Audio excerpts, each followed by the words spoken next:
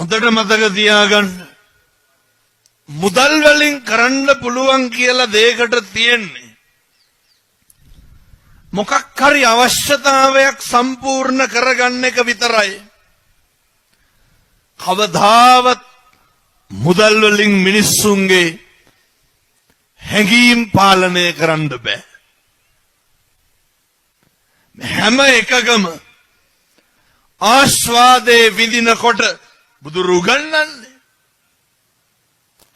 ඔය අහලත් ඇති මං හිතන්නේ මනස මුල් වෙලා අර භාසතිවා කරෝතිවා යමක් කියයි නම් හෝ කරයි නම් එක්කෝ ඡායාවන්න පායිනි එහෙම නැත්තම් චක්කංව වහතෝ පද.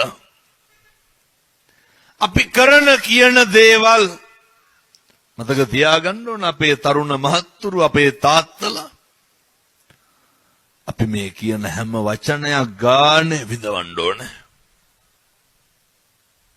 අපි මේ කරන හැම දෙයක් ගානෙම මොකක් හරි එකේ තියෙනවා පින්නතුනි අපිට විඳින්න ප්‍රතිඵලයක්. ඒක හොඳ වෙන්නත් පුළුවන් නරක වෙන්නත් පුළුවන්. ඒ ලබන ප්‍රතිඵලය මොකක්ද කියන එක දැම්ම තීරණය කරන්න පුළුවන්. ඒ නිසා මේ ලැබුවා වූ මනුෂ්‍ය ආත්ම භාවයේ තුල තමන්ගේ කර්ම ශක්තිය පිනෙන් පෝෂණය කරගන්න බලන්න.